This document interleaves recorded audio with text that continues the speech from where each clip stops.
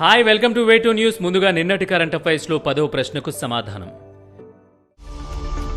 మహిళల నేతృత్వంలోని స్టార్టప్లలో అగ్రస్థానంలో ఉన్న నగరం ఏది?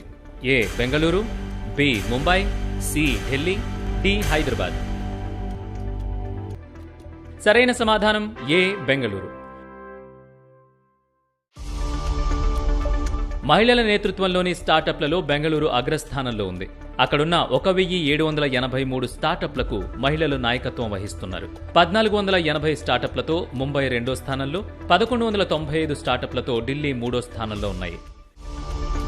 ఈ రోజు కరెంట్ అఫైర్స్ లో మొదటి ప్రశ్న. ఇందిరాగాంధీ శాంతి బహుమతి ఎవరికి లభించింది? A Niti Aayog, B Indian medical association, C Indian trained nurse association, D B మరియు సి. సరైన సమాధానం డి బి మరియు సి. 2022 సంవత్సరానికి ఇందిరాగాంధీ శాంతి బహుమతిని ఇండియన్ మెడికల్ అసోసియేషన్, ఐఎంఏ మరియు ఇండియన్ ట్రైన్ నర్సుల అసోసియేషన్లు సంయుక్తంగా అందించారు. ఈ అవార్డు భారతదేశంలోని కోవిడ్-19 వారియర్స్ అవిశ్రాంత ప్రయత్నాలకు గుర్తింపు. ఇందిరాగాంధీ శాంతి బహుమతిని 1986లో స్థాపించారు. రెండో ప్రశ్న. వార్షిక యుఎన్ ఫోరం 2023 ఎక్కడ ప్రారంభమైంది? A Hyderabad, B New Delhi, C Mumbai, D Bengaluru. సరైన సమాధానం బి న్యూఢిల్లీ. వార్షిక యుఎన్ ఫోరం 2023 నవంబర్ 21న న్యూఢిల్లీలో ప్రారంభమైంది. International committee of red cross మరియు centre for UN peacekeeping operations సహకారంతో united services institution of India ఈ 2 రోజుల ఫోరంను నిర్వహించింది. మూడో ప్రశ్న. జ్ఞానోదయ ఎక్స్ప్రెస్ ను ఎవరు ప్రారంభించారు? A Narendra Modi, B Manoj Sinha, C Amit Shah, D Nirmala Sitharaman. సరైన సమాధానం B Manoj Sinha. Jammu Kashmir lieutenant governor Manoj Sinha Reasi జిల్లాలోని కత్రా రైల్వే స్టేషన్ నుంచి జ్ఞానోదయ ఎక్స్ప్రెస్ ను ప్రారంభించారు. కాలేజ్ ఆన్ వీల్స్ అని కూడా పిలువబడే ఈ ప్రాజెక్ట్ విశ్వవిద్యాలయాల నుంచి సుమారు 700 మంది బాలికల విద్యార్థులకు సాధికారత కల్పించడం లక్ష్యంగా పెట్టుకుంది. నాలుగో ప్రశ్న. భారత్ ఆస్ట్రేలియా 2+2 సమావేశం ఎక్కడ నిర్వహించబడింది? A Chennai, B Pune, C Delhi, D Mumbai. సరైన సమాధానం సి ఢిల్లీ.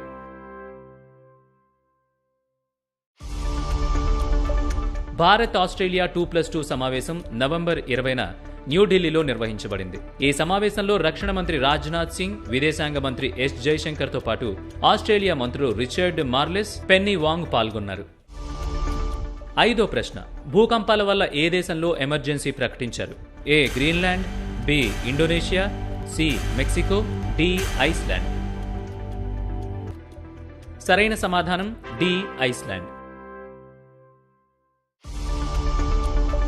ద్వీపదేశం ఐస్లాండ్ వరుస భూకంపాలతో వణికిపోతోంది. అక్కడ కేవలం 14 గంటల వ్యవధిలోనే ఏకంగా 800 సార్లు భూమి కంపించింది. రెక్టానెస్ ప్రాంతంలో ఈ ప్రకంపనలు చోటు చేసుకున్నట్లు స్థానిక అధికారులు వెల్లడించారు. దీంతో ఐస్లాండ్లో ఎమర్జెన్సీ ప్రకటించారు. ఆరో ప్రశ్న. అంతర్జాతీయ టూరిజం మార్ట్ 11వ ఎడిషన్ ఏ రాష్ట్రంలో నిర్వహించబడుతుంది? A Manipur, B Meghalaya, C Nagaland, D Mizoram. సరైన సమాధానం బి మేఘాలయ. భారత పర్యాటక మంత్రిత్వ శాఖ మేఘాలయలోని షిల్లాంగ్లో నవంబర్ 21 నుంచి 23 వరకు అంతర్జాతీయ టూరిజం మార్ట్ 11వ ఎడిషన్ నిర్వహించనుంది. ఈ వార్షిక ఈవెంట్ ఈశాన్య రాష్ట్రాల్లోని వాటాదారులకు ముఖ్యమైన వేదికను అందించడం లక్ష్యంగా పెట్టుకుంది. ఏడవ ప్రశ్న. 2023 జేసీబీ సాహిత్య బహుమతి ఎవరికి లభించింది? A Manu Pillai, B Madhuri Vijay, C Achyutan Namboothiri, D Perumal Murugan. సరైన సమాధానం D Perumal Murugan. Fire bird నవలకు గాను తమిళ రచయిత పెరుమాళ్ మురుగన్ 2023 జేసీబీ సాహిత్య బహుమతిని అందుకున్నారు. ఈ నవలను జననీ కన్నన్ ఆంగ్లంలోకి అనువదించారు. ఈ పుస్తకం ఒక రైతు జీవిత కష్టం గురించి స్పష్టంగా వివరిస్తుంది. ఎనిమిదో ప్రశ్న. ఏటీపీ ఫైనల్స్ లో 7వ టైటిల్ గెలుచుకున్న ప్లేయర్ ఎవరు? A Jannik Sinner, B Novak జోకోవిచ్, C Andrey Rublev, D Carlos Alcaraz. సరైన సమాధానం బి నోవాక్ జోకోవిచ్. నోవాక్ జోకోవిచ్ ఏటీపీ ఫైనల్స్లో 7వ టైటిల్ను సాధించాడు. ఇటలీలోని ట్యూరిన్లో జరిగిన ఫైనల్లో జోకోవిచ్ జన్నక్ సిన్నర్ను ఓడించాడు. పురుషుల టెన్నిస్లో అత్యధికంగా 23 గ్రాండ్ స్లామ్ టైటిళ్లు గెలిచిన ఆటగాడిగా కూడా జోకోవిచ్ రికార్డు నెలకొల్పాడు. 9వ ప్రశ్న. పారా ఆసియా ఆర్చరీ ఛాంపియన్షిప్లో కాంస్య పథకం సాధించిన ఆర్చర్ ఎవరు?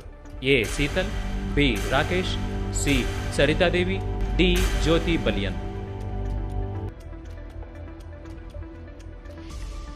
సరైన సమాధానం సి సరితాదేవి. బ్యాంకాక్లో జరిగిన పారా ఆసియా ఆర్చరీ ఛాంపియన్షిప్లో మహిళల కాంపౌండ్ ఓపెన్ విభాగంలో ఆల్ ఇండియన్ ప్లే ఆఫ్లో సరితాదేవి కాంస్య పథకం సాధించారు. రాకేష్ కుమార్, శీతల్ దేవి ఫైనల్స్లోకి ప్రవేశించారు. ఆఖరి ప్రశ్న, దీనికి సమాధానం కామెంట్ చేయండి. ప్రపంచ టెలివిజన్ దినోత్సవం ఎప్పుడు? A November 20, B November 21, C November 22, D November 23.